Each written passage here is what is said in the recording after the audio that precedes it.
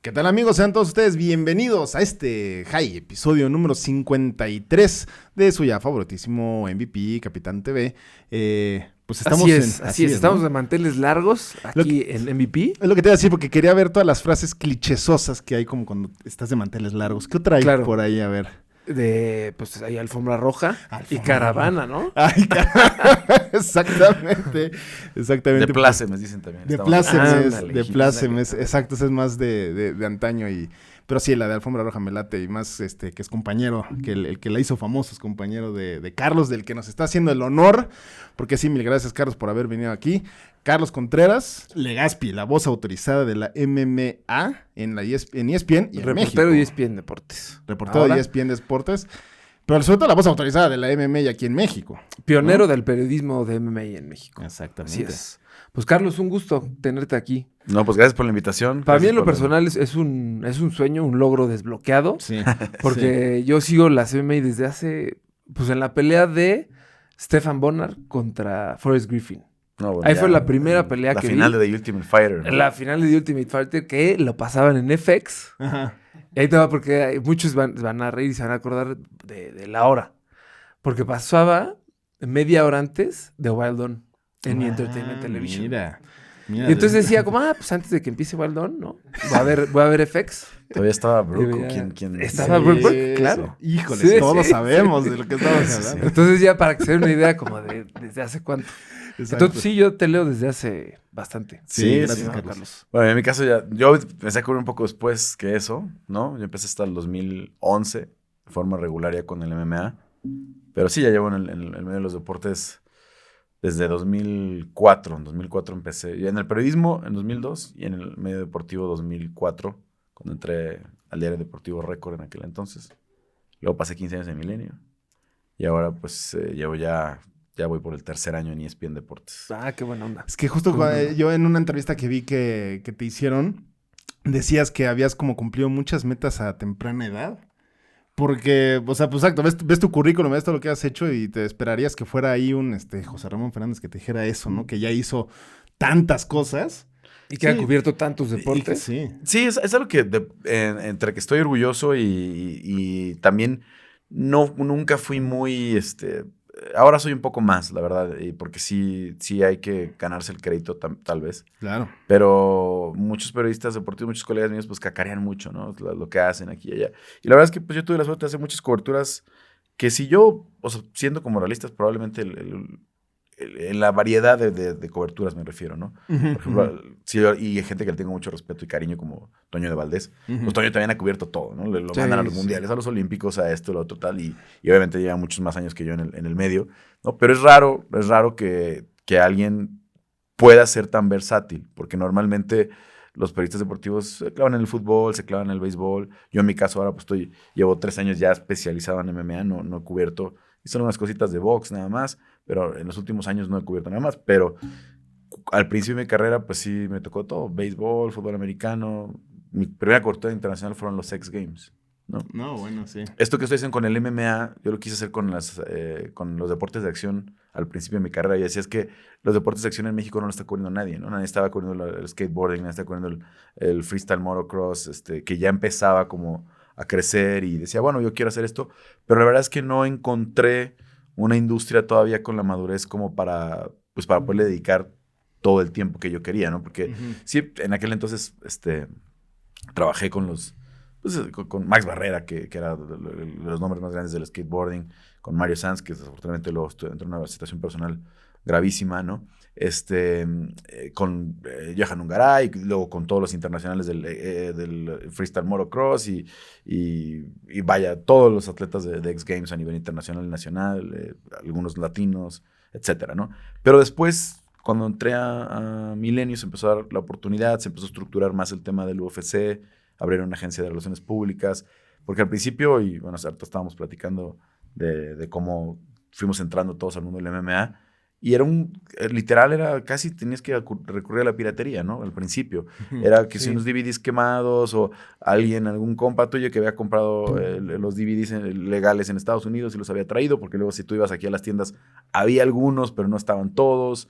Entonces se volvió un tema como ciertamente underground, hasta que Televisa compra los derechos para UFC 100, ¿no? TUDN, Entonces, ¿no? Bueno, TDN. Sí, Televisa TUDN, sí. ¿no? Bueno, ahora TDN, que era en aquel ese entonces, todavía no era el entonces, TUDN.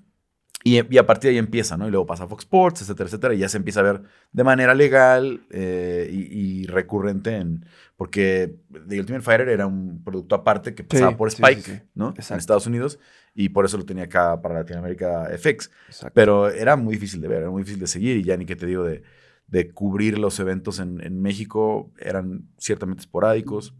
Por ahí había algunos como XFL que le había ido bien con Sky una temporada corta, ¿no? Pero era raro que tuviéramos esa estructura. Fue creciendo, gana Caín Velázquez el campeonato del peso completo, Sí. y ese es el gran boom. Es el gran boom a nivel de que mucha gente ni siquiera sabía que era el MMA, pero sí sabían quién era Brock Lesnar. Sí. Y un mexicano le había ganado a Brock Lesnar, entonces se hace inmensa la bola de nieve y empieza a crecer, y Caín pues realmente gana un nivel de popularidad gigantesco en México. Y pues ya a partir de ahí fue como que empecé a virar mi carrera, ¿no? Empecé a encontrar esa posibilidad, ¿no? Empecé a descubrir todo el talento que había, escuelas, maestros, entrenadores, atletas, ya unos más veteranos, otros muy jovencitos. Y ya, pues de ahí fue empezar a cubrir ya regularmente el UFC. ¿Y tú sentías que te faltaba algo? Porque, a ver, si cubriste todos los deportes que muchos de los que se dedican a eso dieran lo que fuera por ir a un Super Bowl, por todos los eventos que tú cubriste, ¿sentías que te faltaba algo que decías, híjole, pero es que, o sea, esto está padrísimo, pero chance? Mira, para falta serte esto. honesto, no hay nada como los Juegos Olímpicos. Nada. Los Juegos Olímpicos es porque, y mucha gente dirá, no, es que yo preferiría un mundial que los Juegos Olímpicos. Claro, el ambiente del mundial es súper pasional, y vas con la selección y van 30,000 mexicanos y es una locura, ¿no? Eso sí.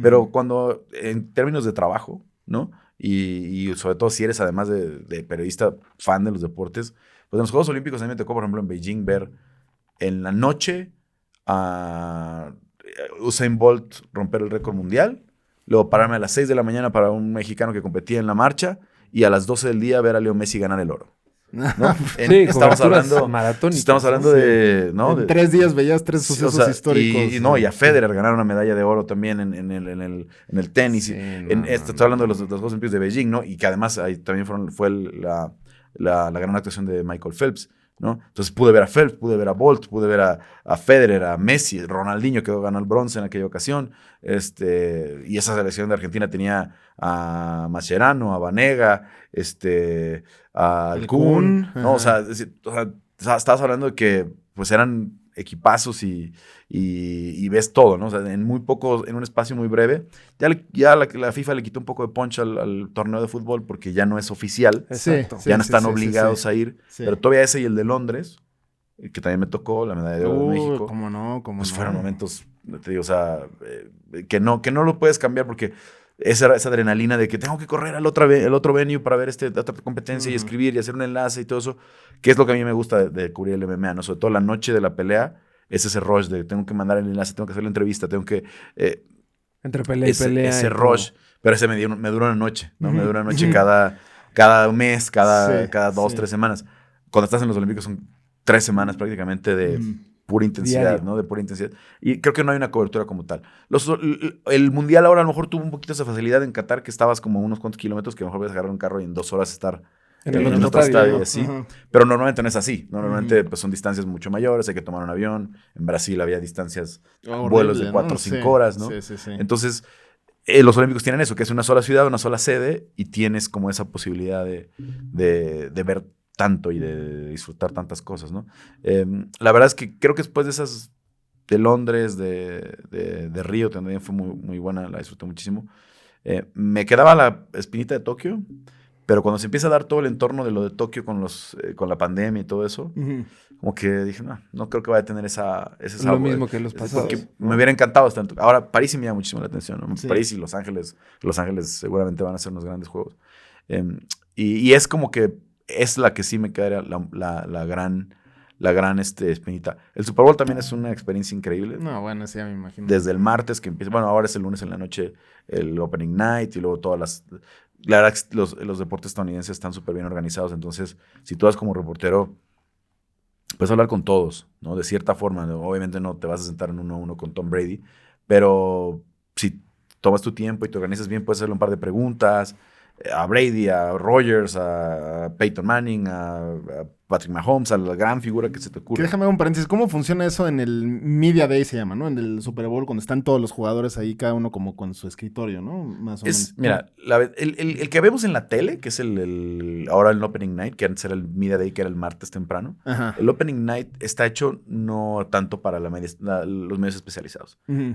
Por eso se abre mucho que lleguen medios de espectáculos, muchos que van a hacer más color, ¿no? Uh-huh. Que van como más a hacerles preguntas chistosas, que les van a llevar sombreros, que les van a llevar la bandera de México. Pues como lo que hizo Facundo, ¿no? Que hizo un desmadrito en uno de esos... Ahora, él lo hizo en un lugar donde ya no se presta para tanto, porque después de esa atención a medios el lunes por la noche, a partir del martes en la mañana, todo el equipo se presenta, tiene una hora, un poquito más de una hora, para hablar con los medios de comunicación acreditados. Pero esos ya son los medios de comunicación, digamos, deportivos, los medios locales, medios que vienen de Kansas City siguiendo a los Chiefs, medios que vienen de San Francisco siguiendo a los Niners, ¿no? Quien sea, los que estén involucrados, ¿no?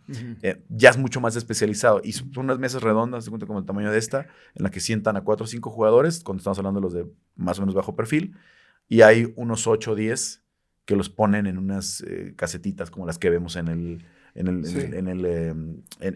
Opening Night, ¿no? Y normalmente la gran estrella del equipo sale a conferencia porque es muy difícil que te dé tiempo de ponerlo ahí.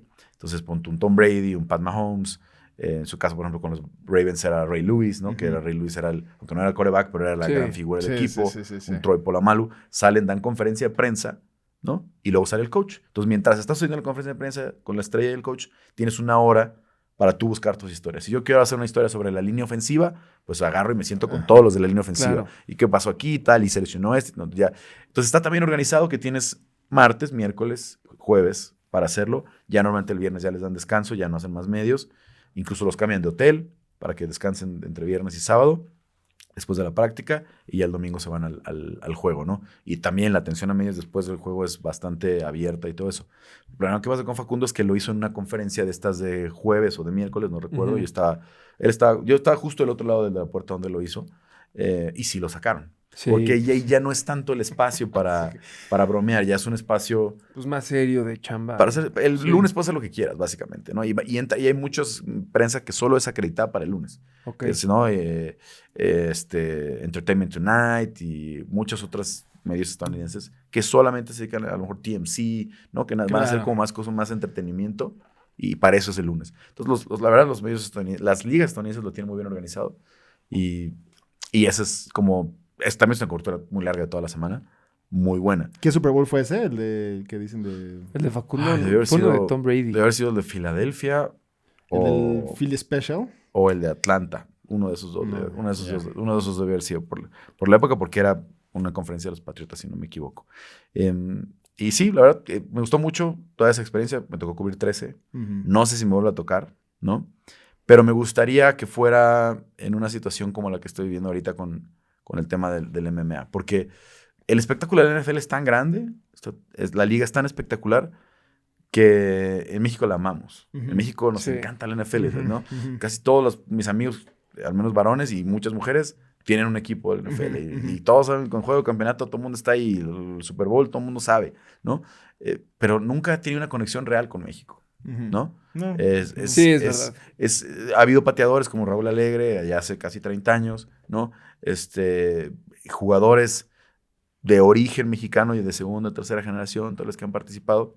Pero, pues, en temas como el boxeo, como el MMA, pues en el boxeo la máxima estrella mundial del boxeo es un mexicano, es Canelo, ¿no? Te caiga bien o te caiga mal, pero pues cuando haces una cobertura así, pues estás hablándole a alguien, ¿no? Que sabes que va a tener mucho interés en México, ¿no?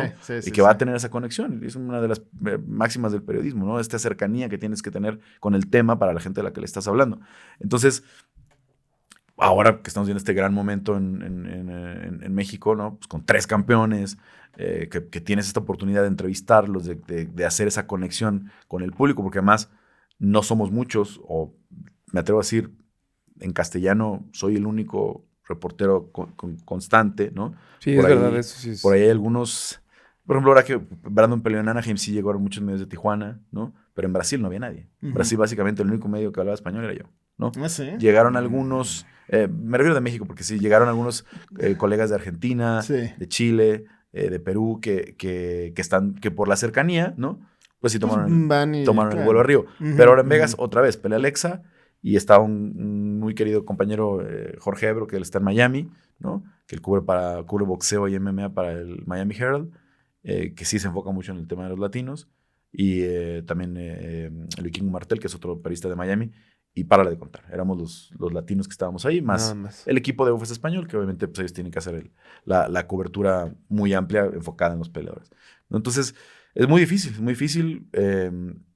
No hay mucha cobertura, no hay mucho seguimiento. Y a veces sí me toca hacer, o sea, si no hago yo entrevista, me ha pasado cuando Jair peleó con Jeremy Stephens en Boston, Ujú, salió lastimado de la pierna, entonces lo tuvieron que llevar al hospital. ujú. Mi vuelo salía a las 7 de la mañana aproximadamente de vuelta después de la pelea.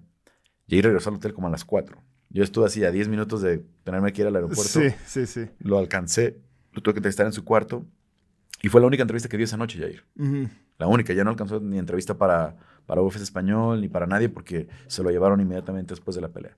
Entonces, a veces, si no soy yo el que está ahí para darle la voz al peleador mexicano, no va a ser No nadie. nos llega el contenido. No va a ser nadie. Sí. No va a ser nadie, ¿no? No llega el O contenido. sea, Sí. Exactamente. digo, la verdad es que quisiera que no fuera verdad. Quisiera que Sí. fueran, que saber que hay otros colegas, porque yo, la verdad, hace 5 años empecé a pensar, bueno, esto ya está explotando, los medios nacionales ya van a darse cuenta, ¿no? De que hay que empezar a hacer coberturas, de que hay que venir, y que esto y que lo otro, y al contrario, o sea, parece que ahora sí, ¿no? Sí, todo el mundo quiere hablar con Brandon, con Alexa, con Jair, Ujú, aquí en ujú, México, ¿no? ujú. Sí, sí, sí. Me los traen aquí o hacer un Zoom, ¿no? Sí. Pero Pero no, ir no, allá. no se atreven a hacer el gasto de, ya, es un viaje a Las Vegas, no estamos hablando de Ya, sí, una cobertura de un mes en Tokio. en Qatar, Sí, ¿no? sí. Que sí mandan a Qatar a 70, 80 Sí. personas a lo mejor, Exacto. pero no pueden mandar un reportero, porque además Sí. en mi caso estoy acostumbrado a trabajar yo solo con mi cámara, ¿no? Yo solo llevo todo mi equipo y yo grabo y todo, entonces es una ventaja. ¿Tú solo bajo. tú? Sí, normalmente, en la mayoría de los coberturas es así, ¿no? A algunos casos en Brasil tuve la suerte de que el equipo de ESPN Brasil nos ayudó y tenía 6 personas allá. Entonces era Bueno, otro más, mundo, mucho más ¿no? relajado. y más fácil. de vacaciones. Teníamos Sí. un live view para mandar todo en vivo, hicimos muchísimos. Y además me pidieron que hiciera algunas cosas en portugués, en mi portuñol, porque Ujú. medio hablo portugués, pero te traiciona a veces mucho el portuñol. Ajá. Se salen algunas palabras. Y en inglés. Sí lo comprendo perfectamente lo que me hablan los peleadores, con algunas excepciones, porque luego de pronto Charles Oliveira se suelta. Habla rapidísimo. ¿no? además. Sí, a decir, este sí me va a entender perfecto, ahí te voy. No, Y además, tuyos. sí tengo una relación más o menos ya cercana con Charles, como tiene compañeros que hablan español, como Rolando Bedoya, que es un peruano, Ujú. Pepe Laureano, que es argentino. Entonces, él entiende el español. Sí. ¿no? Si tú le hablas en Ujú. español, te entiende. Ujú. Pero de pronto se suelta y te habla y... Sí. ¿Qué A ver, pasó, güey? despacito, Charles. O sea que hay que poner buena cara, ¿no? Y decir, A diferencia. va, Charles, claro, va. sí, por eso. Sí, y luego termina de hablar y te sonríe siempre. Así. sí. Oye, pero sí es una realidad que antes, y me atrevo a decir que ahorita todavía hay algunos medios que no le dan cobertura ni espacio al MMA. Justo le estaba platicando a Franco y André que hace no mucho, hace mucho. Me entrevisté con un medio y me dijo como, oye, pues ¿cuál es tu mero mole de los deportes? ¿No? Y le dije, pues la neta MMA. Y me dijo, no, pero otro, porque ese no lo cubrimos aquí ni lo vamos a cubrir. No, bueno. Y es un medio... No, es un medio choncho. Bueno, a ver, para ser 100% Y fue honestos. después de... No. Fue antes del boom de Conor McGregor y ya después ellos empezaron a empezaron a cubrir a Conor. Sí, muchos se suben un poquito. Y espero Sí, que se suban, al porque tren. la verdad no es, o sea, no es, ay, esto no es mío y ya, nada más. No, pues vengan. La idea es que se suben. Vengan pues, y den claro. la difusión, porque esto va a ayudar a que haya, si hoy tenemos 3 campeones, que en el futuro tengamos otros 3 campeones y que sigamos con la verdad, los medios no entienden. También entiendo que la situación en los medios es bastante dura. Sí, los más últimos ahorita, 3, 4 ¿no? años ha sido muy difícil para los medios convencionales sobrevivir, adaptarse a lo que es la monetización directa. Sí. No le encuentran cómo sacarle provecho. A lo mejor tienen mucho tráfico con los sitios de noticias, pero pues ya los clics en un sitio, en un artículo de texto, ya Pues, para monetizarlo y que te valga la pena, tienen que ser unas cifras absurdas, ¿no? O sea, sí, sí. obviamente el video genera mucho más. El contenido es mucho más fácil de monetizar, etcétera, etcétera. Entonces, como que los medios convencionales no lo han entendido. Ya hay muchos, ¿no? youtubers y creadores de contenido que de pronto también se quedan en la comodidad porque ya me fue bien hacer mi análisis aquí desde la mesa, ¿no? Sí, y tal, sí. y aquí me quedo. No tengo por qué ir a hacer yo las entrevistas. Yo ganó Alexa Grasso, yo me siento, aquí está mi análisis de cómo ganar. Sí, está muy padre. Porque además ya tienen 100,000 seguidores, tienen 150,000 y ya monetizan todo y se quedan en esa comunidad. Entonces estamos en ese medio de que pues, a los medios convencionales no le entienden, no le alcanza y los que le entienden, pues como que ya están bien acomodados y de pronto sí hay muchos creadores de contenido, sobre todo de MMA, que les va muy bien, que tienen muy buena cantidad de vistas, pero con contenido que no es de ellos, ¿no? Que agarran los videos de los careos, los fragmentos de las peleas, le hacen su análisis. Ahí, vamos. Y están en la otra comodidad. Entonces, sí, eso no ayuda para nada a crecer el deporte. Para nada, para nada. Lo que ayuda es darle difusión. Y fue lo que yo traté desde el principio. Yo empecé en 2013 a ir a los gimnasios donde estaban los mexicanos, ¿no? Bone Breakers, uno de los primeros reportajes que hice fue, una de las primeras entrevistas que hice fue con Caín Velázquez y con Goyito Pérez, que en aquel entonces el equipo UFC hacía casi todo en la academia de Mario Delgado. Hacían muchos seminarios, hacían ahí como las giras de prensa, ¿no? Algunos de los primeros reportajes que hice fue con la Academia Bone Breakers acá en Bone Breakers Central, ¿no?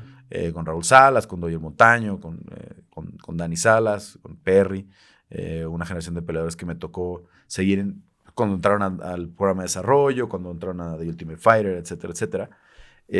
Pero después empecé como a hacerlo a nivel internacional. También fui al Entran Gym de Tijuana, ¿no? Que ese obviamente he ido muchísimas veces porque han tenido muchos peleadores. Infinidad, sí. A Guadalajara, donde curiosamente para la primera vez que fui a Guadalajara, mi plan era trabajar en 3 gimnasios en particular. En Wolfgang, que es donde estaba Macio Fullen, ¿no? Que ahora está en la esquina de Brandon Moreno. En Samurai, en aquel entonces tenía muy buenos peleadores. Llegó a estar ahí Álvaro Herrera, llegó al UFC. Con el Coach Will, con Gabo Toussaint, con Mariana La Pesadilla Ramos, ¿no? Que también tenían una buena cantidad de peleadores. Y obviamente en Lobo Gym. Sí, como no. Estaban Alexa y Irene. Ya había hecho contacto con ellos, etcétera, etcétera. Pero yo no sabía en aquel entonces, pues Lobo Gym es un equipo bastante particular, ¿no? Tienen ciertas costumbres diferentes a las de los otros gimnasios, ¿no? Entonces ellos entrenan de noche. Ellos entrenan muy tarde, ¿no? Entonces yo quería grabar en aquel entonces, a lo mejor durante el día, porque iba a ir de ida y vuelta a Guadalajara, ¿no? Tenía muy pocas horas para hacer todo. Entonces alcancé a hacer el Macio, y ya no alcancé a grabar con ellos porque me contestaron muy tarde, que ya estaban listos para entrenar y ya tenía mi vuelo y me tuve que regresar, ¿no? Entonces, en ese primer documental que hice de Guadalajara no pude incluir contenido de lo que estaba pasando en Nuevo Gym, ¿no? Pero después, ya después ahora tengo muy buena relación con ellos, todo, ya entiendo un poquito y su dinámica. A qué horas hay que trabajar y todo. Sí. Vaya, si les funciona a ellos, ¿no? Pues mira, ya tienen... A veces entrenan hasta las 2 de la mañana. Es una dinámica muy diferente a la de los gimnasios normales, ¿no? ¿Quién salió de ahí? Dijiste Alexa Grasso. Alexa Grasso y Irene Aldana. Irene está ahí. Y tienen ahora un grupo grande. Prontamente va a tener la que tú dijiste un cinturón. Que prontamente va a tener. Sí. No, y tienen un grupo, tienen a Eli Rodríguez, que también es campeona de Lux, a Diego López y Alessandro Costa. Alessandro está en UFC. Diego estuvo en la esquina de Alexa. Diego y Alessandro, los dos. Y ahora ellos están en Puebla, pero alternan el tiempo entre Guadalajara y así. Entonces, ahora es un equipo cada vez más grande, ¿no? Tienen más, ¿cómo se llama? Tienen más espacio, más, están en más ligas, compitiendo más. Pero luego empecé a ir a los gimnasios en Albuquerque, donde estaba el programa de desarrollo, y ahí estaba Yair, y ahí estaba Chito Vera, y ahí estuvo Brandon Moreno, y te estoy hablando de 2013. Sí. Tardó 10 años en que ese fruto del programa de desarrollo que estaban haciendo en Albuquerque en aquel entonces diera arrojar campeones. Esos talentos. Diera ya 3 campeones, que son dos campeones, Brandon, Yair, y un contendiente como es Chito Vera, que está muy cerquita de la pelea del campeonato, ¿no? Pero a final de cuentas fueron esos meses, esos 10 años muy largos. Entonces yo empecé a ir a esos gimnasios, ¿no? En aquel entonces yo tenía un podcast que se llamaba La Edición Dividida con Rodrigo del Campo, y nos empezó a ir muy bien por eso. Fui a Albuquerque, fui a Chicago, fui a San José, donde estaba Caín Velázquez, ¿no? Y ahí había otros mexicanos, Juan Push, en ese entonces Marco Beltrán, Mowgli Benítez, Alejandro Pérez. O sea, empecé a ir a todos esos gimnasios, hicimos como un documental que se llama Mexicanos, ¿no? En San Diego también, que había muchos estaba Kelly Gastelum en aquel entonces, Goyito Pérez.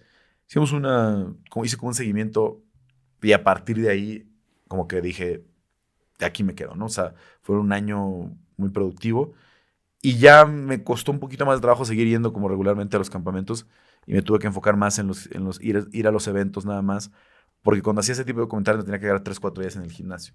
Sí, claro. Y yo trabajaba en Milenio, yo era el coordinador de la sección de deportes de Milenio. Me encargaba del impreso, de .com, de la televisión, después fueron como...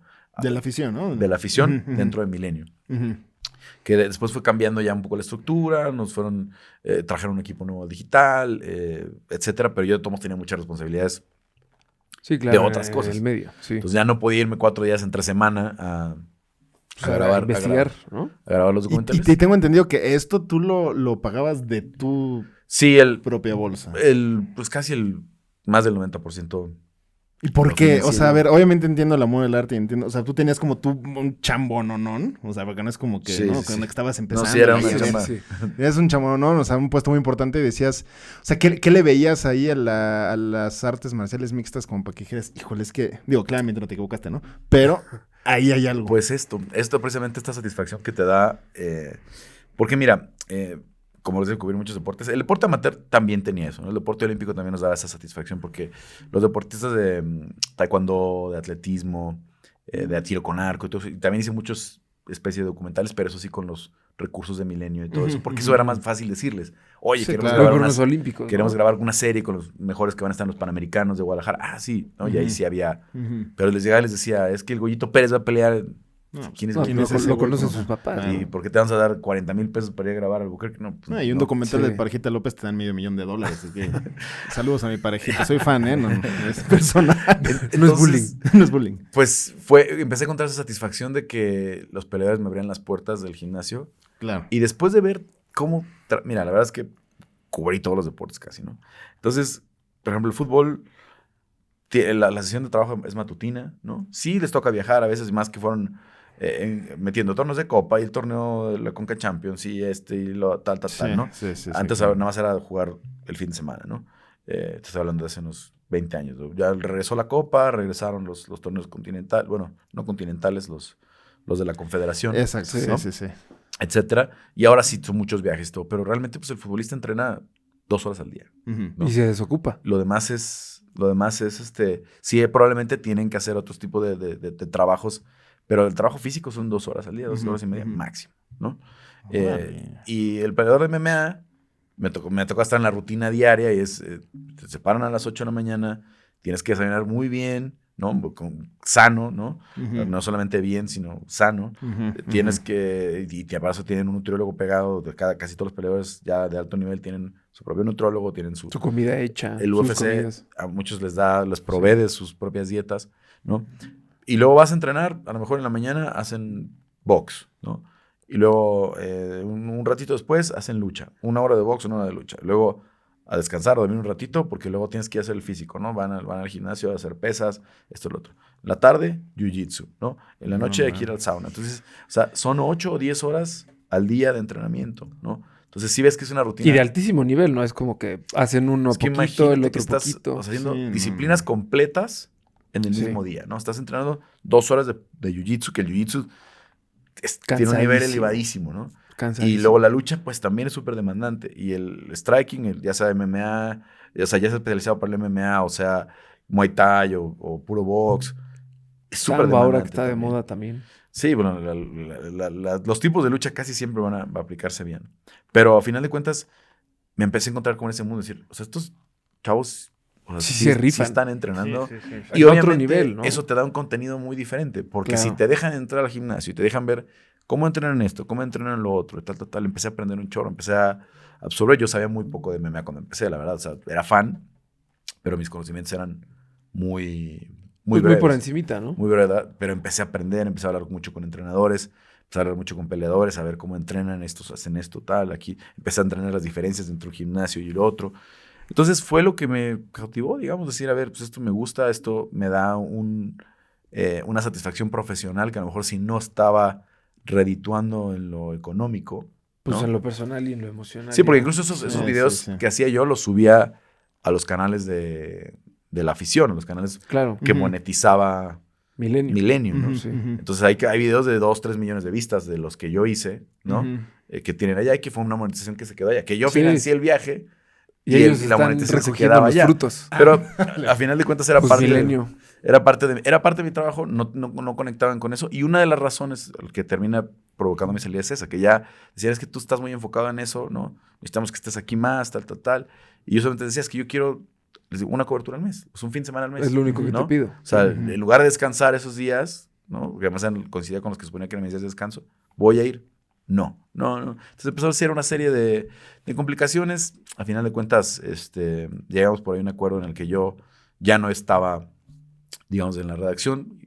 Iba a seguir escribiendo específicamente sobre MMA. Me iban a dar ellos el espacio para seguir publicando, para yo poder seguir con esto. Y ya, eventualmente llegó el día en que me llamaron de ESPN. Dijeron, necesitamos un escritor especialista en MMA. Qué mejor, ¿no? Sí. Me pidieron las cosas de prueba, funcionaron muy bien. ¿Y en qué año fue eso, estamos. perdón? Lo de Milenio. O sea, para entender más o menos. Yo salí de Milenio en el 2019, de la redacción. Y me seguí escribiendo, seguí haciendo coberturas de MMA para ellos durante pues, el año más duro de la pandemia. Y me llamaron de ESPN en mayo del 2021. Okay. Curiosamente, obviamente todo tenía que ver con que faltaba un mes para la pelea de Brandon contra Davison Figueiredo, la de Arizona cuando gana el campeonato. Entonces esa fue mi segunda o mi tercera, mi tercer evento que cubrí con ESPN, ya fue la primera pelea del campeonato de Brandon. Entonces ya de ahí ha sido, pues desde mayo de 2021 para acá, ¿no? No, pues ya dos añitos así de... Llevamos una carrera larguísima. Llevas poco más de 80 eventos, ¿no? 121. 121. Fue el 121. Me fallaron. Pues sí es poco más, ¿no? Es poco más de 80. Mal no estaba. No dijiste cuánto. Exacto. Un poquito más. Oye, fue el 121 el de 285, el de Alexa. No. ¿Nunca te picó el bicho de querer entrenar MMA? No, porque... ¿Qué has dicho? Llegué ya tarde. La verdad, llegué tarde. ¿Sí? O sea, nunca es tarde. Empecé a entrenar, de hecho sí empecé a entrenar box. ¿Ah, sí? Empecé a entrenar box. Qué bien. Para estar bien, para estar delgado, digamos, no subir mucho de peso y tal. Traté de hacer sparring algunas veces, pero con chavitos, yo tenía ya 32, 33 años. Ellos tenían... Y estos cuates 16, 15. 20, 21, ¿no? Sí. Ni siquiera los veía. O sea, ya mientras la pensaba, ya me había comido 3, 4 golpes. Y sí pegaba duro, sí tengo por ahí un poquito de poder en el gancho, sí, pero pero para que se los conectara. Sí. Entonces, primero alcánzalos. Al costal sí le puedo dar con ganas, pero no me... He hecho básicos de todo, de jiu-jitsu, más de lucha, ¿no? Algunos, sobre todo porque digo, cuando estás en los para entender un poco, ¿no? En los gimnasios me gusta entender y me gusta cómo haces un sprawl, ¿no? Y cómo defiendes así. O sea, sí entiendo, pero no para nada he entrenado de manera ya más formal, ¿no? O sea, no ni tiempo tengo, la verdad. Además, con el box está complicado. Es que aquí el señor sí le pega al jiu-jitsu y demás, o sea, por eso... Desde por eso te digo, no, pues nunca es tarde, mi cara. Porque claro, pasó lo mismo. En el gimnasio hay puro chavito. Todos son de cinta morada para arriba. Y pues uno de 32 años, cinta blanca, pues sí dices... No, mi hermano. Hágase eso. Sí. No, ahora, el jiu-jitsu sí es un poco diseñado para que no importa la edad. Es verdad. Puedes empezar. No tiene, obviamente tiene muchos riesgos de lesión, ¿no? Sí. Bastantes. Pero no tiene no es tan demandante en la cuestión del cardiovascular. Sí, eso sí. Por eso hay mucha gente que empieza tarde, que empieza después de los 40. Sí. Y terminan siendo hasta cintas negras, ¿no? Dependiendo de qué tanto se involucren, su consistencia y demás. ¿no? Pero sí, el jiu-jitsu tiene esa ventaja, ¿no? Y creo que es una de las razones que atrapa el MMA. Sí. Porque sí es un deporte que te invita a practicarlo. Y es mucho, o sea, digo, para los que no entienden mucho, porque hay mucha banda que dice como, ves que cuando se van al piso es de hueva y no sé qué. Pero la neta no, ya que lo entiendes, como que entiendes mucho de la posición en la que están, ¿no? Si están en media guardia, si están en la guardia completa, o si tiran un X-Guard que es como más, no sé, espectacular, pues ya dices, no, pues si están... Es que lo que yo iba a comentarles era que pues hemos crecido viendo el box, ¿no? O sea, el MMA pues, es nuevo para nosotros. Entonces como que el box es fácil de ver, es fácil de entender. Como lo acaba de decir ahorita, yo soy uno de esos güeyes. O sea, honestamente, o sea, a mí sí se me hace muy atractivo ver una pelea de UFC, pero cuando ya empiezan mucho tiempo allá abajo, pues tú dices, pues puede estar mejor ahí abajo, ¿no? Sí. Que arriba. Hay llaves muy como pues flashantes que Sí. son muy espectaculares y... Sí. Bueno, y conforme lo vas entendiendo, mira, la verdad es que, por ejemplo... El triángulo que metió Jair con el que ganó el cinturón, qué bárbaro. Mira, cuando vas, tienes que tener conocimientos básicos, pero es como en todo, ¿no? Ujú. Sí. Si yo te pongo a alguien que es fan del fútbol y de pronto le quieren enseñar el fútbol americano, te vas a decir, no, está complicadísimo, Sí. ¿no? O sea, son muchas más reglas. La magia del fútbol es que es uno de los deportes menos sofisticados. Ujú. O sea, Sí, y no sí. no lo digo en un tema peyorativo, no es un insulto, ¿no? Ujú. Es muy fácil de entender el fútbol, ¿no? Por eso Sí. puede ser tan Sí, pasional, la verdad, porque sí. cualquiera puede entender lo que está pasando. Hay que patear la pelota del otro lado y meterla ahí, y nada más uno puede meter las manos. Y básicamente, ya, Exacto. con eso puedes entender. Para explicarte el fútbol americano es que tienes 4 oportunidades para avanzar 10 yardas. Y después de esas 10 yardas, pues tienes que llegar hasta acá. Y la puede pasar, pero no puede pasarla más que hacia acá, ¿no? Y ves si la pasa, o sea, es una serie de... Y luego entran 11 y salen 11, y, ¿no? Para aprender las posiciones, y luego, porque no nada más es los ajustes de las posiciones, sino que además están jugando 3-4 a la defensiva, o están jugando con 2 alas cerradas, con 4 receptores. Es complejísimo. Es sí. muy complejo Sí, comparación sí, sí. del fútbol. Sí. Incluso el básquet. El básquet también tiene su grado de sencillez, ¿no? No sé qué, botarla y meterla a la Exacto. canasta, ¿no? Pero Sí, para acabar rápido. el béisbol, por ejemplo, también explicarlo es complicadísimo, Ujú. ¿no? Si te quieres explicar a un niño de 5 años, pues a lo mejor le va a costar mucho trabajo, mucho Sí. más que decir, patea la Sí. pelota y métela ahí. Sí. Entonces, es lo mismo que pasa con el box y con el MMA, ¿no? Pues en el box, pues sí, es una sola dimensión, vas a usar las manos, le puedes pegar, no le puedes pegar con nada más y listo, ¿no? Ujú. Es como le haces. Ujú. En el MMA, pues tienes que entender que son todas estas dimensiones, que son todas estas disciplinas, pero como pues, hay gente que puede entender el fútbol americano y puede entender el béisbol y que además les gusta el fútbol, ¿no? Ujú. Como en mi caso, a mí me encanta el fútbol. Ujú. Yo crecí prácticamente en el Estadio Azteca y en el Parque del Seguro Social. Mi papá me llevaba, entre semana íbamos a ver el béisbol y el fin de semana íbamos a ver el fútbol. Y de fuera el América, el Necaxa, el Cruz Azul, el Atlante, el que juega, ¿no? Entonces, y también entiendo los deportes estadounidenses de forma, pues, siento avanzada, ¿no? Y me gustan mucho, pero pues la verdad es que el fútbol pues, te levanta más pasión, ¿no? Sí. Puede ser que el boxeo también, ¿no? Porque cuando hablamos de una pelea siempre que hablamos de las peleas del año en el MMA, son las peleas donde se dieron de pie durante 25 minutos, ¿no? Donde estuvieron intercambiando, y pam, pam, pam, y lo tumbó, y se paró, y es el drama de las peleas. A lo mejor si vemos una pelea muy técnica en el nivel de piso, Ujú. pues los fans del Jiu-Jitsu van a decir, wow, es que no manches cómo Sí, salió de sí, esto, sí. y cómo trabajó la guardia y esto y tal.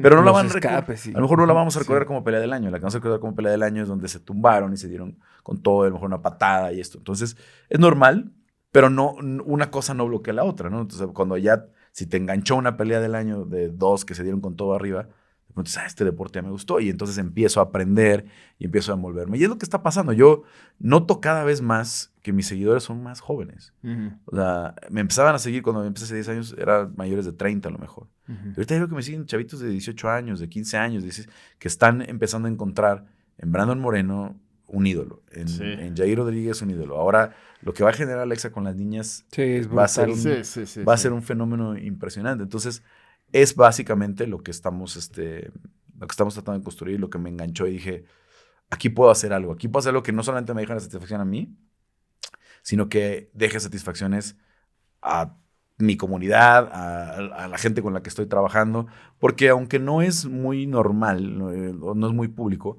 pero sí ya en estos momentos, a tantos años, sí hay muchos entrenadores, muchos peleadores que me agradecen, me dicen, es que tú fuiste el único que nos dio difusión, el único que estuvo aquí, el único que estuvo acá, el único que cuando necesitábamos una entrevista nos la dio. Desde el ¿no? principio para que nos confiaste, ¿no? conocieran, ¿no? Ujú, Para que ujú. supieran quiénes somos.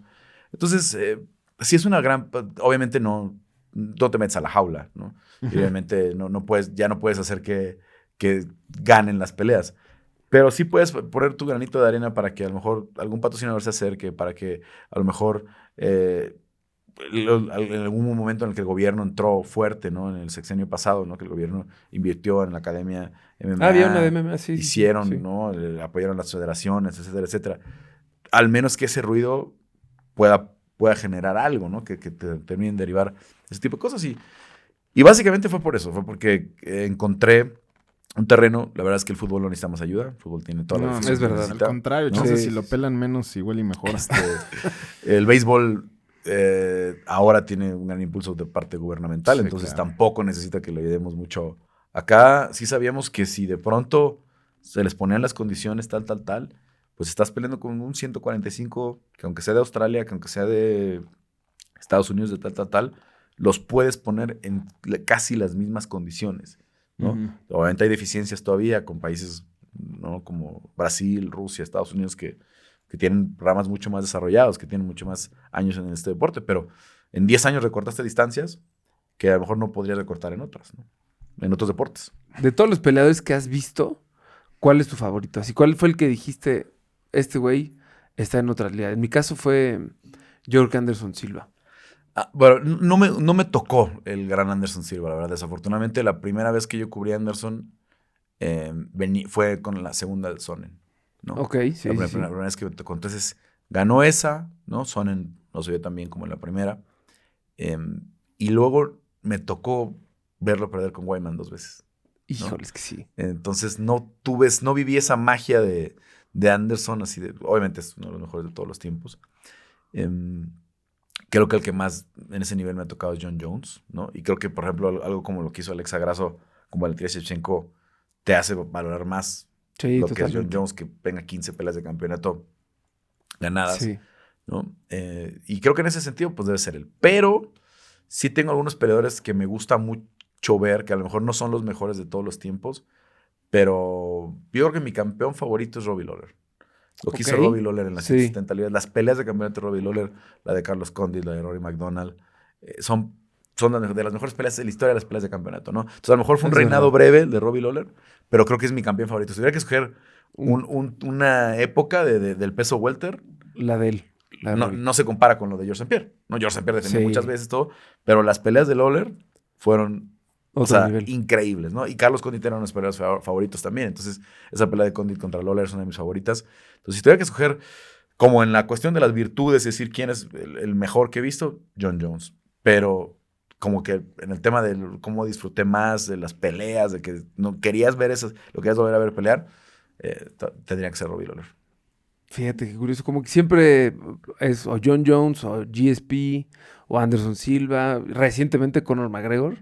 Yo creo que Conor McGregor sí atrajo a muchos fans, no necesariamente del deporte, ni de mucho, ya deja tu UFC o MMA, pero este güey sí como que levantó un fenómeno ahí, y la banda solo lo veía a él, o sea, por verlo a él, o sea, veían el evento y el pay-per-view, pues por ver a este güey y ver qué excentricidades iba a sacar. Pues mira, es que justo lo que iba a decir también, o sea, el box tiene 300 Conor McGregor, ha tenido 300 Conor McGregors.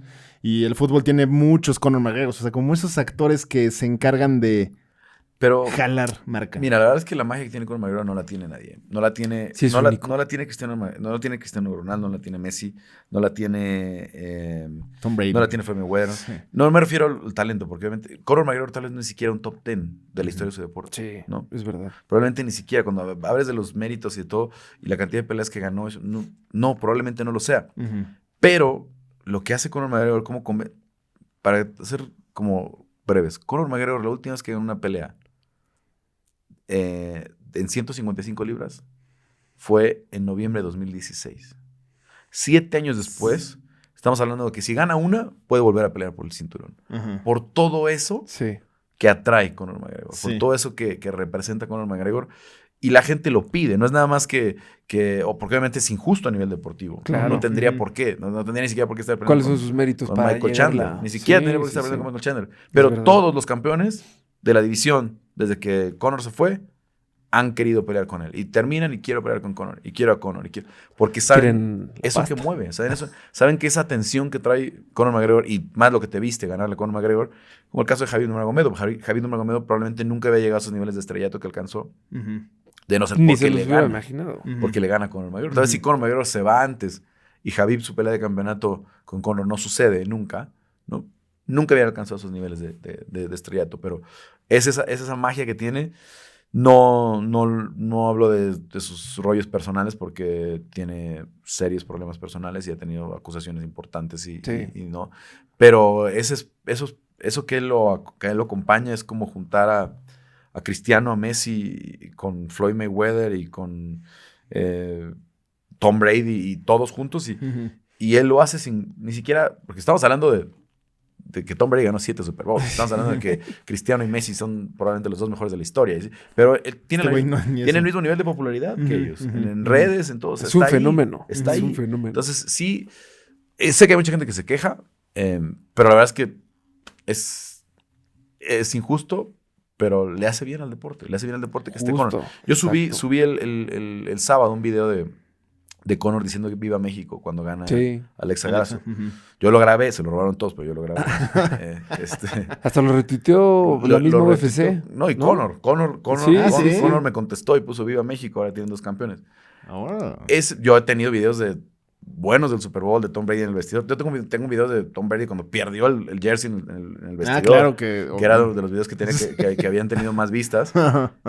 Tuvo ya casi 7 millones de vistas. No me jodas. O sea, porque es Conor y porque Conor le dio retweet, ¿no? Sí. Nunca, a lo mejor el Brady que tuve había tenido 1.5 millones, 1.2, ¿no? Sí. Y otros que he tenido, por ejemplo, ahora tenemos un peleador mexicano que toda su familia es de Iztapalapa, pero él nació en Albuquerque, en Clovis, Nuevo México, ¿no? Se llama Raúl Rosas. Raúl Rosas tiene 18 años, el peleador más joven en la historia del UFC. También subí un video de él de su pesaje, que solamente le está haciendo el flex, ¿no?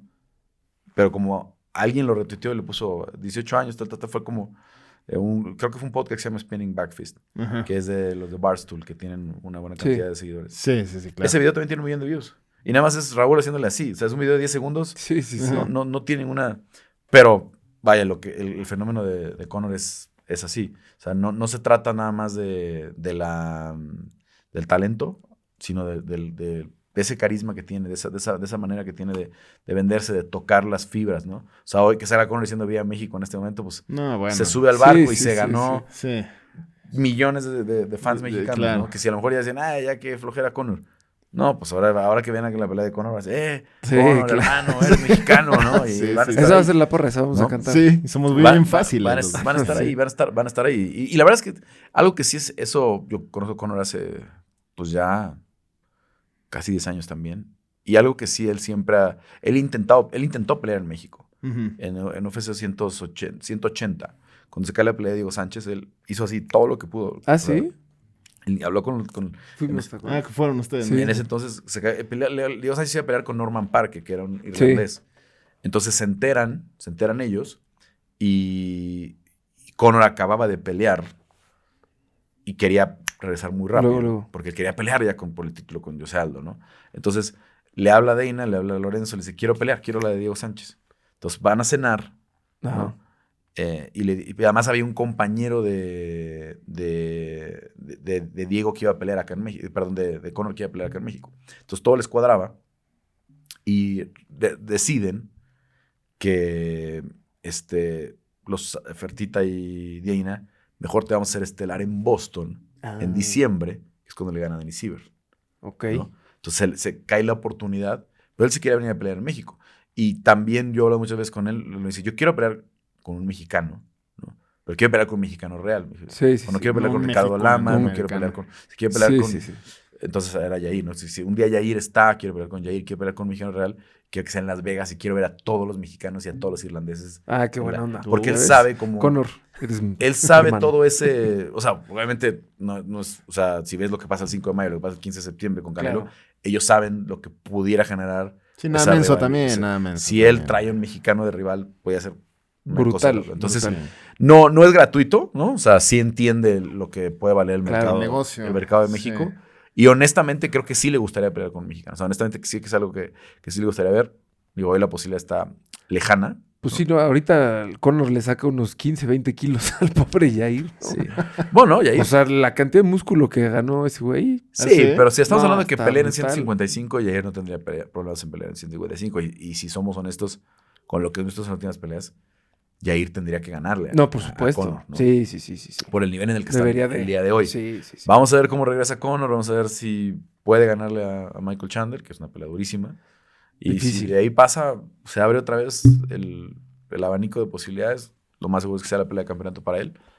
Pero, o sea, porque imagínate Islam contra Conor 2, ¿no? O sea, sería Que ahorita yo creo que Islam con los dos porque la uno es Khabib. Ya no tenemos a Khabib, pero tenemos a otro de sus minions. Tenemos a Islam, ¿no? Entonces, pues sería darle continuación a esa gran rivalidad. Sí, no, que se puso brutal. ¿Y a ver, por qué le falta más a la UFC? O sea, dices, hay videos de más de 10 millones de views tuyos y...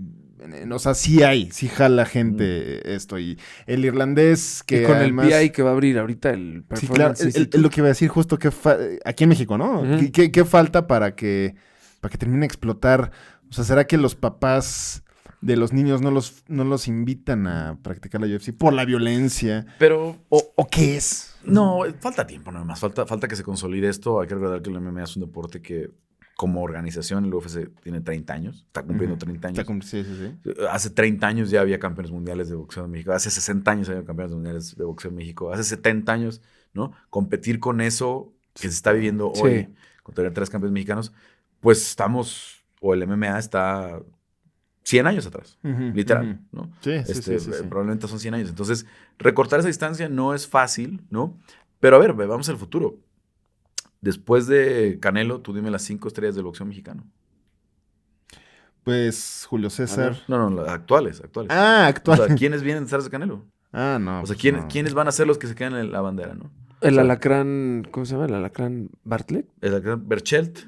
Que perdió con Valdés y luego volvió a perder. Ahorita ha perdido mucho. Oscar Valdés, que también está en el equipo del Canelo. Valdés, que desafortunadamente, porque me cae muy bien y lo quiero mucho, viene de perder. El Gallito Estrada, no sé si siga como ahí con. O sea, mira, hay varios. México pero tiene 8 campeones en este momento. Sí. Entonces, pero tienes al Vaquero Navarrete, tienes a Jaime Munguía, tienes a ¿quién me está faltando de los que están? Al Zurdo Ramírez, que acaba de perder también con Bivol, etcétera. Pero no van a tener ese poder estrellato que tiene Canelo. No. Ya difícil. Ellos no lo van a alcanzar. Ellos no van a poder acercarse a eso. Si alguien lo tiene y que pudiera ponerse la bandera de México es Ryan García, que no lo ha hecho aún, ¿no? Pero probablemente el 5 de mayo se le quede a Ryan García cuando se vaya a Canelo, ¿no? Es verdad. Esa fecha, ¿no? Si Ryan García le vence a Yerbonta y lo que quieras. Pero estos desafortunadamente no han podido hacer ese tamaño, esas dimensiones que el boxeo requiere, porque el boxeo necesita súper estrellas, porque son bolsas muy grandes, porque son eventos muy caros, porque son para que la gente te pague $10,000 para estar en primera fila, ¿no? Tienes que ser una... Sí, alguien fuera de serie. Una ¿no? superestrella. Pues antes de seguir, creo que sí vale la pena decir para la banda que no sabe, qué es porque lo van a escuchar pronto, porque va a abrir uno en México, un Performance Institute. ¿Cómo lo explicarías así fácilmente a la banda que no sabe? Pues es un centro de alto rendimiento, como los que tenemos a lo mejor en el CENAR, en el CEDOM acá, más cerca del Estado de México, ¿no? Que ha habido otros esfuerzos importantes en otros estados, en San Luis, con La Loma, en Tijuana. Hay varios centros de alto rendimiento en México, pero enfocados en otros deportes, ¿no? En los deportes amateurs, en los deportes del programa olímpico principalmente. En este caso, y a diferencia de todos esos esfuerzos, es una iniciativa privada de UFC, que todo el recurso viene de ellos, no depende ni de que el gobierno les autorice, ni de que si para el otro sexenio hay un cambio de administración aquí o allá, que pasa mucho, pasa mucho con los apoyos al deporte, ¿no? Claro. En este caso, es un centro de rendimiento que tiene el UFC, que replica lo que tienen en Las Vegas. ¿Qué tienen en Las Vegas? En Las Vegas tienen una instalación son 3,200 pies cuadrados, tengo entendido, donde tienen un piso, en un primer piso tienen un gimnasio muy completo, tanto para hacer pesas como para rehabilitación, que muchos de los atletas actuales de UFC lo usan principalmente por eso. Hay muchos que a lo mejor viven en otra parte de Estados Unidos o viven en México, pero están rehabilitándose una cirugía de rodilla. Pues se van allá porque es mucho más barato, obviamente es gratis, claro, esperar de UFC, ¿no? Entonces todo el trabajo, quien ha pasado por una rehabilitación de esa naturaleza, pues las terapias, ¿no? Los ejercicios de fuerza, todo eso mientras recuperas una rodilla, un codo, son muy caros porque hay que estar pagando, y más si estás en Estados Unidos son mucho más caros. Entonces, ese primer piso tiene eso, tiene las mesas las camas de los ortopedistas para la terapia, tienen el gimnasio, hay una área muy grande de nutrición, ¿no? Otra área muy grande que se dedica solamente a las pruebas físicas, ¿no? De rendimiento, de cuánto deben de correr, tienen rankings de cada división, quién salta más, quién corre más, quién resiste más. Reflejos también no tienen la pared esta de los foquitos. Tienen, además, en este primer piso, tienen un comedor, ¿no? Que el comedor conecta entre la oficina central de UFC y el Performance Institute. Entonces ahí tienen sus dietas, tienen los peleadores que están dentro del contrato de UFC, pueden decir voy a estar tal día, o vivo aquí. Entonces van en la mañana y les dan su desayuno, su comida, su cena, toda su dieta de todo el día. Pasamos al segundo piso, que es mucho más ya para el rendimiento, y tienen 2 octágonos, tenían antes un cuadrilátero, ya lo cambiaron ahí por una zona de costales, tienen jaula, tienen un mat muy grande para el trabajo de piso. Entonces, digamos que eso es un gimnasio muy completo. Además tiene atrás como un cuarto que es como de esos cuartos de video que tienen en la NFL, ¿no? Sí. Entonces, sí. se abre la pantalla, se abre la pared, digamos, y pues hay como un cuarto de estudio y puedes tener alguien trabajando en el octágono y enseñando técnicas. Entonces, es una instalación muy importante que ha cambiado mucho el performance de muchos peleadores, ¿no? Que muchos se han movido a Las Vegas, entre ellos Brandon Moreno, porque trabajas ahí todo el tiempo. Tienes doctores, tienes nutriólogos, tienes a la gente que está pendiente de ti todo el tiempo y obviamente sin costo, al ser peleador de UFC, los que están. Entonces, el plan de abrir uno en México es similar a lo que están haciendo en China. En China se abrió ya hace como 4 o 5 años, tengo entendido. Sí, porque en 2021 llegaron los primeros peleadores de esas generaciones. Debe haberse abierto en 2019.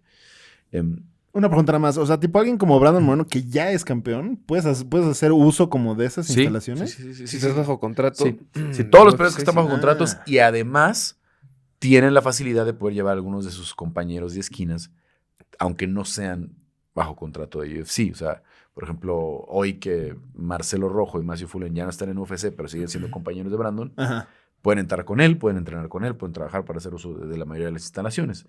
No tienen todos los privilegios que tienen los peleadores que están bajo contrato de UFC, pero puedes ir y trabajar con tus compañeros, puedes llevar a tus esquinas, a tus entrenadores.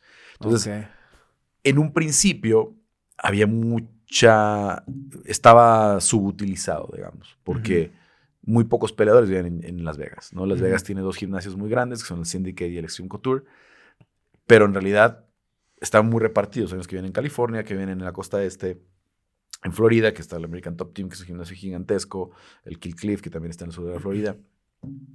Pero lo que empezó a suceder durante la pandemia es que con todas las restricciones de viaje y todo eso, y con la mayoría de los eventos sucediendo en Las Vegas, muchísimos peleadores de muchos países se mudaron a Las Vegas, ¿no? Entre ellos Brandon Moreno, que se mudó de Tijuana a Las Vegas, para estar más cerca de esta parte, y donde necesitas un llamado y necesitas ir a la oficina de UFC y tal, y ya no tienes que tomar un vuelo y esto y lo otro. Entonces están ahí. Entonces, ¿cuál es el plan de este Performance Institute? Un rollo similar al de China, en el que vas a desarrollar un grupo pequeño, porque tampoco va a estar abierto a 200 peleadores. O sea, van a estar trabajando entre 15 y 20 peleadores ahí. Jóvenes principalmente, con posibilidad de desarrollarse en el futuro, ¿no? Van a tomar chicos de 18, chicas o chicas de 18 a 25 años a lo mejor, que pensemos que en 3 o 4 años pueden llegar a UFC, ¿no? Para tenerlos ahí, entrenarlos, a lo mejor los van a meter a las promociones regionales, a que, a ver, ya llevas 6 meses entrenando aquí, vamos a conseguirte una pelea con estos, vamos a conseguirte una pelea aquí, ¿cómo te va ahí? Ganas 2 o 3 peleas, vámonos, te vas a UFC o te vas a Contender Series. Es el plan, más o menos. Pero obviamente también va a estar abierto a los peleadores bajo contrato que puedan ir a hacer uso de las instalaciones, que puedan ir a entrenar, que puedan ir a tener terapia, que puedan ir a tener cualquier, el gimnasio, nutrición, etcétera, etcétera. Entonces, sí es algo que puede crear una diferencia, que puede hacer un empujón para algo que ya está sucediendo, ¿no? Porque ya muchos de los gimnasios mexicanos ya han recortado distancia con los gimnasios estadounidenses. Por eso hemos visto que muchos sudamericanos, hoy entre los gimnasios de la Ciudad de México, de Guadalajara y de Tijuana, también algunos de Monterrey, están llenos de argentinos, venezolanos, ecuatorianos, colombianos, peruanos, que se quieren acercar un poco al nivel. Obviamente México no es lo mismo que estar en Estados Unidos, pero ya la distancia no es la que era antes, ¿no? Sí. O sea, si antes decías, híjole, es que no es que ir a los gimnasios de Estados Unidos es completamente diferente, hoy ya no es tanto. Hoy ya puedes entrenar a muy buen nivel en México, ¿no? y es una distancia que se ha recortado, y tener el Performance Institute puede ser ese, pues ya el salto de que para que veamos una constante, ¿no? México hoy tiene 18, 19 peleadores bajo contrato en UFC, nacidos en México, estoy hablando, porque obviamente hay muchos mexico-estadounidenses que también representan a México, que también salen con la bandera de México, con los colores de México en su uniforme. Y ese número yo creo que debe acercarse a los 40, 50 en los siguientes 5 años, ¿no? Debe haber al menos 40, 50, y al menos México tiene que tener 10 peleadores clasificados en las divisiones femeniles y de las 125, 35, 45 libras, y probablemente en el peso ligero, que son las 155. A partir de ahí, lo veo muy difícil porque la verdad es que la talla no nos da, ¿no? Lo mismo lo vimos en el boxeo mucho tiempo, ¿no? El primer campeón de las 160 libras mexicano en el boxeo fue Julio César Chávez, hijo. Estamos hablando del 2012, ¿no? Y a partir de ahí hemos tenido a Canelo, al Zurdo Ramírez, ¿no? Que son los que tienen la mayor talla, ¿no? Ahora Jaime Munguía, que también está por ahí en esas divisiones. Pero es difícil esas divisiones que veamos mucho talento mexicano en 170 libras, 185. Sí, por nuestra naturaleza, pues no. No, países como Brasil sí tienen de todo, ¿no? Brasil sí tienen desde las 125 libras hasta las 265 libras. Pero en México hay muy pocas peleas de 170 para arriba, muy, muy pocas. Y todas las promociones locales es muy difícil encontrar ese tipo de peleas. No, pues muy bien, mi estimado Carlos. Ya se nos está acabando el tiempo. Si fuera por nosotros, seguíamos. Siempre me pasa. Bueno, yo tengo, perdón, te voy a robar un poquito el micrófono. No, adelante. Bueno, es que tenemos 3. Es tuyo. Sí, no, te agradezco. No tienes que cruzarte. Sí, no tengo que cruzar. Porque esta es nada más como muy, muy de fan. ¿Qué tal es Dana White? ¿Y qué tal es...? O sea, yo, a ver, obviamente yo lo poco que he visto por ahí de él, pues es como un cuate muy... pues debe ser difícil entrevistarlo, ¿no? Conmigo siempre ha sido muy buen trato. La verdad, conmigo yo he tenido... No sé si es suerte, no sé si por alguna razón le caigo bien, pero... La primera entrevista que le hice fue en 2012, yo creo, y le he hecho unas 25, 30 entrevistas. Sí, es que sí. Fíjate nomás. Y ha sido siempre amable conmigo, siempre. Tiene un problema de audición, que en las conferencias de prensa le cuesta mucho trabajo entender, sobre todo los que tenemos algún acento no... Pues latino, ¿no? Más bien no, le cuesta trabajo con los rusos, con los africanos, con todos, ¿no? Sí. Pero tiene a su vicepresidenta, que es Lené, que está pegada con él, y entonces le pregunta, ¿qué dijo?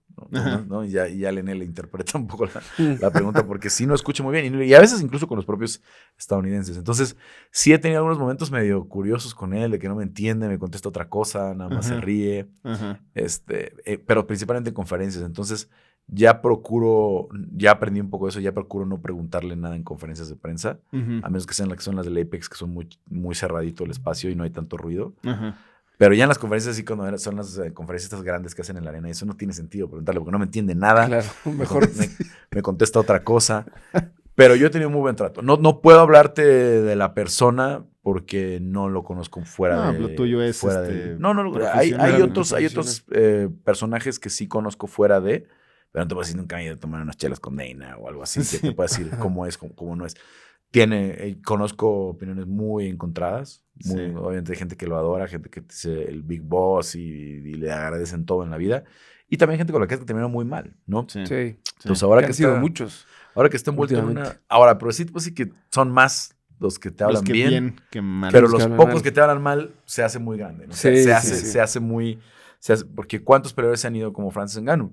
Pues solo Francis Ngannou se fue así, ¿no? Con una oferta buena, un buen dinero en la mesa, pero él dijo, yo ya no quiero. Bajo estos términos, ¿no? Fue mucho desgaste. Fue mucho más el desgaste personal de una negociación muy larga de 2-3 años. Tito Ortiz, por ejemplo, con Tito Ortiz, que llegó a ser su manager, y luego acabaron muy mal y hasta incluso se retaron a golpes. O sea, sí ha tenido esos episodios. Sí. Está viviendo un tema de la polémica de la violencia doméstica, que se salió en video con su esposa. Entonces no te puedo decir, porque tampoco puedo meter las manos al fuego, ¿no? Si es mi amigo, yo sé que no haría... No, la verdad es que no. La verdad es que además lo que dice el video, pues es irrefutable, ¿no? Habla por sí solo. No puedes... Él mismo, y además él mismo salió a reconocer, o sea, él dijo, no me defiendan, no es indefendible, es un error. No, creo que lo hizo muy bien, salió y dijo, güey, sí, la cagué, perdón, no hay más. Mucha gente hubiera querido probablemente más, no sé. Creo sí que lo que él dice, pues el quemón social es muy grave. Mucha gente hubiera querido mayores consecuencias. Pues, También estoy consciente de eso, pero te digo, no puedo hablar yo en un terreno personal más allá de mi experiencia. A mí no me gusta hablar mal de la gente con la que me ha tratado bien. En mi caso nunca he tenido ninguna dificultad con él, para nada. Al contrario, me ha hecho parte en muchos momentos, me ha dado muchas breaking news, a veces cuando anda de buenas platicamos de más fuera de cuadro, pero te digo, no puedo decirte, a mí me parece a lo lejos, por el trato que tiene con sus cercanos, que es una buena persona. Pero no te lo puedo decir. No te puedo decir si es súper compa, es súper sí, no. Porque la verdad es que no. Y a ver, ya está en un nivel, es un no, bueno, mis respetos, levantar algo de ese calibre. Es el personaje más influyente en la historia de un deporte, definitivamente. Probablemente desde el varón Pierre de Coubertin, ¿no? Que inventó los Juegos Olímpicos, o el formato de los Juegos Olímpicos. Sí, ¿no? güey. Porque realmente tú puedes hablar que ha habido comisionados del NFL que han tenido mucha influencia, que han hecho muchas cosas por la NFL. Paul Tagliabue creo que fue el que hizo la NFL, el gran producto que antes de Roger Goodell, ¿no? Que hizo el gran producto que hoy es, ¿no? Ha habido también comisionados David Stern en la NBA también, claro, que le tocó la época de oro de Jordan, de Kobe, de Shaq, ¿no? The Bear, The Magic, etcétera, etcétera, ¿no? Pero alguien que haya pues estado básicamente en toda la historia del deporte, porque Dana tiene 22 o 23 años que compraron el UFC y estaba a punto de desaparecer cuando lo compraron. No hay nadie con esa influencia, ¿no? Para bien y para mal. Para bien y para mal, porque obviamente, pues sí, hay muchos temas que revisar dentro de la estructura del deporte, como creo que en todos, ¿no? Porque en la NFL también, si vemos lo que habla la gente de Roger Goodell, ¿no? Sí. Cuando sale Roger Goodell a la conferencia, que él siempre sale con sus sonrisas y lo abuchean a cada rato. Entonces, sí es muy difícil. Además, cuando estás en la posición de poder es bien complicado quedar bien con todos, ¿no? Entonces, siempre te ganas enemigos en el camino. Pero en mi caso te puedo decir que ha sido muy buena experiencia, ¿no? No sé si un día termine como Ariel Helwani peleado con él. ¿No? Esperemos que no. Esperemos que no suceda, pero... Porque también ellos tenían una muy buena relación. Eran súper cercanos. Sí, claro, bueno. Pero... Ariel es el comentarista que empezó trabajando en UFC y ahora ya tiene su portal. Sí, bueno. Y Ariel tiene un alcance gigante. Brutal. En todo tipo de plataformas. Pero bueno, la verdad es que... pues las relaciones a veces se rompen, ¿no? Sí, como todas. Y los grandes amigos terminan a veces muy peleados y espero que no sea mi caso, ¿no? Igual es el último podcast que hacemos nosotros tres. Nunca sabemos, ¿no? Nunca sabe. Ya, Jai, te regreso el micrófono, perdón. Sí, la verdad es que ha sido una plática maravillosa, enriquecedora. Sí, sin duda. Te agradecemos muchísimo el que hayas venido a engalanar bello espacio. Sí, porque sabemos que no fue cerca y qué buena onda, de verdad. Gracias. Sí, están más lejos que Las Vegas. Sí. Pero pronto vamos a abrir un estudio cerca del Performance Institute. Exactamente, pues ya que no haya problema, ¿no? Claro. Pues ya. Lo que se tenga que tendremos mucha oportunidad de tener invitados por allá. Exactamente. Oye, pues para finalizar nada más, ¿cuándo crees que sea el evento en México? Si tenemos suerte va a ser en agosto o septiembre, ¿no? Creo que son las fechas que no tienen ahorita. Si no es ahí, también no vamos a tener tanta suerte y se nos va a pasar hasta el año que entra, desafortunadamente. No, que sea. Porque octubre ya está en Abu Dhabi, Nueva York es en noviembre, diciembre es en Las Vegas. Entonces, donde hay una ventana por ahí son los de agosto, que el año pasado... La última vez que vinieron fue en agosto, que yo recuerdo, ¿no? Septiembre del 2019. Septiembre es una fecha donde habían estado proyectando desde el año pasado, ¿no? Pero el pay-per-view de Las Vegas fue en septiembre, tanto en 2020 como 21 como 22, ¿no? Entonces... va a depender de muchos factores.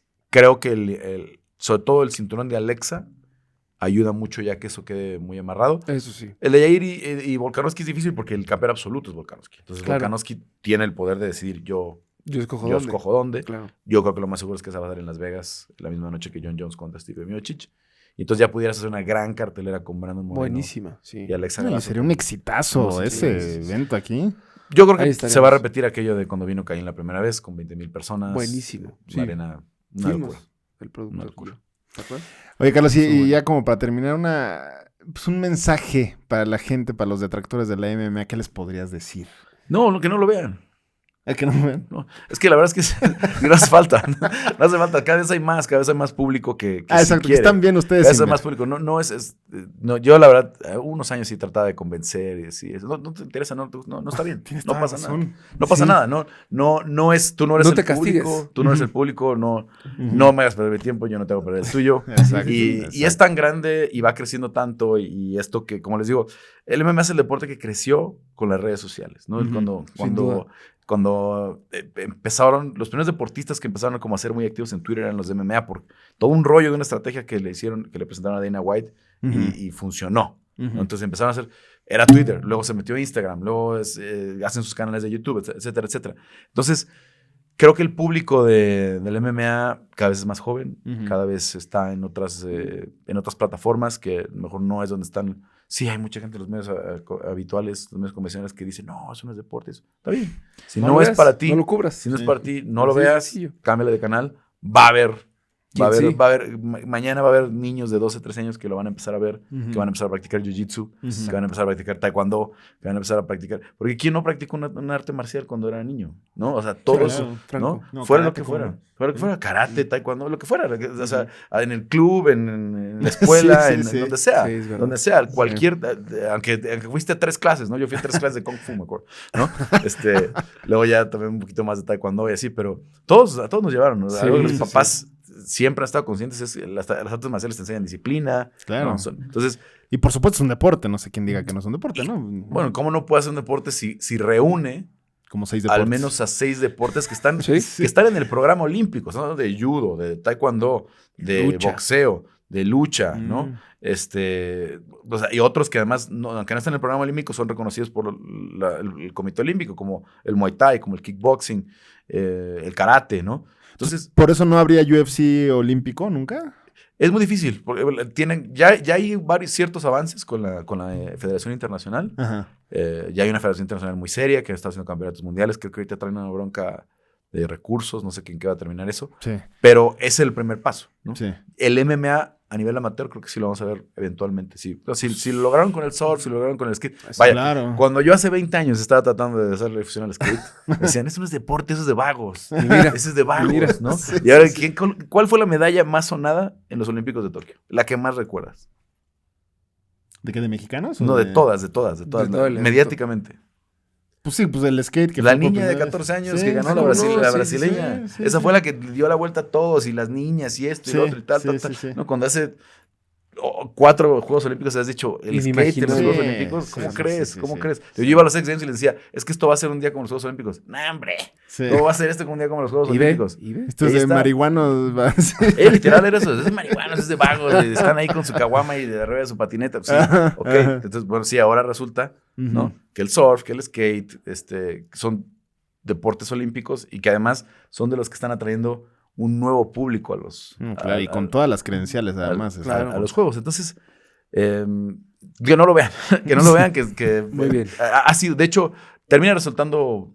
contraproducente. No, al contrario. O sea, termina llegando más gente. Cuando alguien se queja en medio, es que el MMA no es deporte. Por morbo lo ven. Sí. ¿No? Empieza a traer más gente. Entonces, si no les gusta, pues quéjense y no lo vean. Y que le cambien a sangre deporte. ¿no? Sí, a ver, como todos los deportes de contacto tiene riesgos, ¿no? Y no es no se debe hacer de forma irresponsable, ligera, claro. ¿no? Y ojalá que las carreras de los peleadores sean cada vez más cortas, ¿no? Que cada vez haya más formas de cuidar salud, como es con el fútbol americano, como es con el boxeo, como es con el rugby, con todos los deportes donde hay contacto, ¿no? Eso es innegable, ¿no? Sí. Pero de que sea más o menos riesgoso que otros es complicado, ¿no? O sea, el riesgo de, por ejemplo, de conmoción cerebral es mucho menor que en el fútbol americano y que en el boxeo. Claro, sí, claro. Boxeo, porque acá se reparte mucho más. Sí, obviamente puede haber una lesión de brazo muy seria, ¿no? Que se vea muy espectacular, se zafó un brazo, ¿no? Tal. Pero eso, la verdad, el hueso sana. Sí, se regenera. El hueso sana, te ponen yeso y como a todos nos ha pasado un accidente que te fracturaste,